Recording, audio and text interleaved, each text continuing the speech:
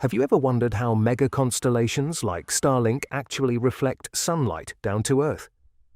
It all comes down to basic geometry and material physics. When a satellite orbits in low Earth orbit, sunlight strikes its flat solar panels and chassis, reflecting back to ground observers and creating bright streaks across the night sky.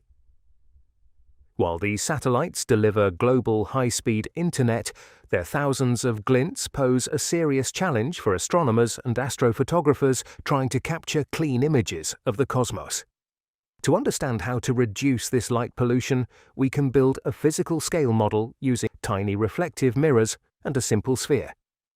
By placing custom reflective tiles onto a mounting bar, we can simulate how different surface treatments interact with sunlight.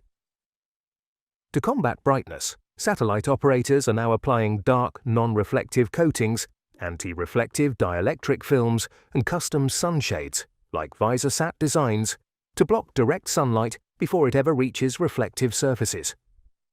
By testing these angles and coatings against our simulated Sun and Earth, we can measure how much light bounces back toward our observer and pinpoint the most effective ways to make satellites nearly invisible to ground telescopes.